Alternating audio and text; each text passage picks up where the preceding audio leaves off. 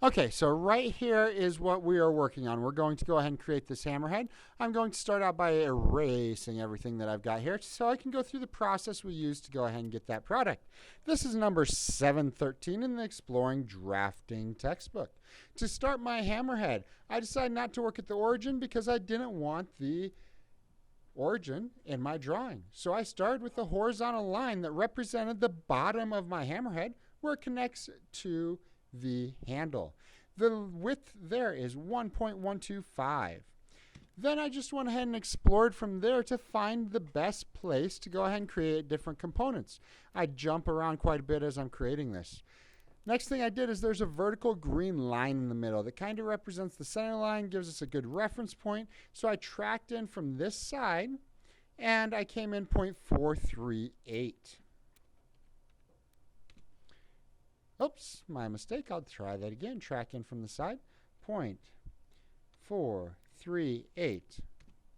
And I create a vertical line that goes plenty high enough. So that's the green line that runs at the center of our drawing. From there, I moved over to the face of the hammer because I thought that was a fun direction to go. So from this point, I tracked over, and it tells me the distance is 1.813. And the distance up to the top of my hammer head is 2.25. That is the maximum height that any of this object will be. So I can draw a line across there. Goes ahead and keeps me from going any higher. Next, I create the box that the face is going to fall within. I'm going to use offset for that. The height of the face is 1 inch. So I'm offsetting down 1 inch. And the thickness of the face is 0.5. So I'm offsetting this line back 0.5. I now have the box that it has to fall in. I'm going to trim it up a little bit so that I don't get too confused. The face to the hammer has a curve to it. It tells us that the curve has a radius of 2.031. I know that that curve is going to hit right at the front of this face, so I'm going to track the midpoint back and come back this direction then, 2.031. I'm drawing a line. I could have also just tracked the center of my circle back there, but I figure that line's useful for other things. I just create a circle right in there. And I can go ahead and trim my circle according to my top and bottom line for the face of my hammerhead. And right there is my face. I'm going to do a little more trimming. I'm going to trim out that line, trim out that line. And now I'm going to go ahead and start building the neck coming back from the hammer face. To do that, I know that from this point here, so the point I just trimmed out from that point there, the neck comes back for a distance of 1.625. Since I've already got that line there, I'm going to work on the V coming up for where it attaches to the handle. That is 1.5 wide at this point. So I'm going to connect that down there, connect that one up there. That way I start getting that V in while I have those dimensions. Now I can come back to here. So if I'm looking at this location, I can see I've got my 1.625. It's going to also hit at the same point up here. And there's a curve that goes in right here. So if I'm thinking about that curve, I know it touches at this point and the point straight up from it.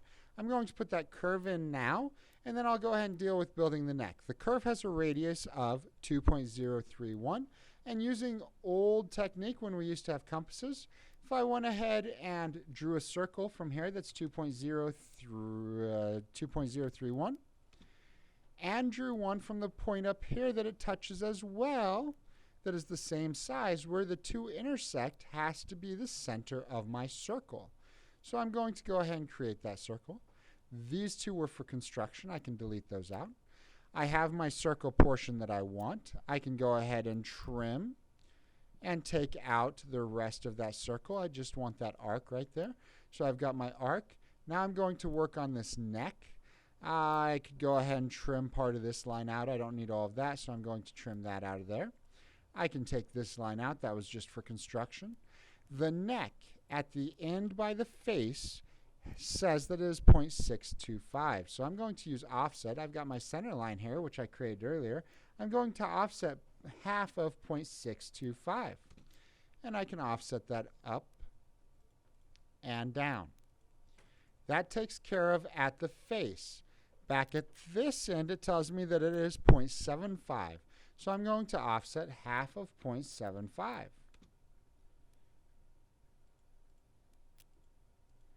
That gives me the lines that I need to create the angle for the neck of the hammer coming off of the face, going back to the main body of the hammerhead. I created those angled lines. I can go ahead and delete my construction lines. And then from there, I've got some fillets that need to go ahead and go in. Fillets on this are all radius of 0.125, so I'm going to hit fillet. I already have mine set up if I go into radius to 0.125. And also I've turned my trim mode to no trim. I learned that from the last one. So I can go ahead and start clicking lines and it won't trim out when I fillet. Otherwise it would take out this whole piece of line. I'm going to do the same thing at this end. And then I need to go back and do some of my own trimming since I had the fillet set to no trim. So I can trim those two and trim these two as well. I think I'm done with this construction line. I think I'm done with this end of the hammer. So I could also, I'm not going to get rid of this quite yet because I need to have a total width on my hammer. I am going to trim this line out though because that's all the further it goes. So from this corner here, I can track over the total width of my hammerhead is 4.75. And the thickness of the little tiny claw at the end is 0.063. Then from the end of that, it tells me that it's 1.375 back to the arc that does the inside of the hammer claw. The inside of the hammer claw is also that radius of 1.375, so I could snap right there to get the inside of the hammer claw. The outside of the hammer claw is centered around this point, and I can snap it out here. Automatically takes care of that for me. I need to go ahead and apply a fillet right in here to go ahead and finish it off before I trim. That fillet I assume is the same because it tells me nothing else. I add that fillet in there. We notice that this line's a little short. I'm just going to stretch that up there. Escape out. And now I need to trim out my drawing. So I'm going to trim according to that fillet and according to this line. Take out that piece of circle. Trim according to this line. Oh, not that line. According to that line and this line, and take out this piece of circle. Get rid of my unused lines that were just for construction. And right there I've created the hammerhead.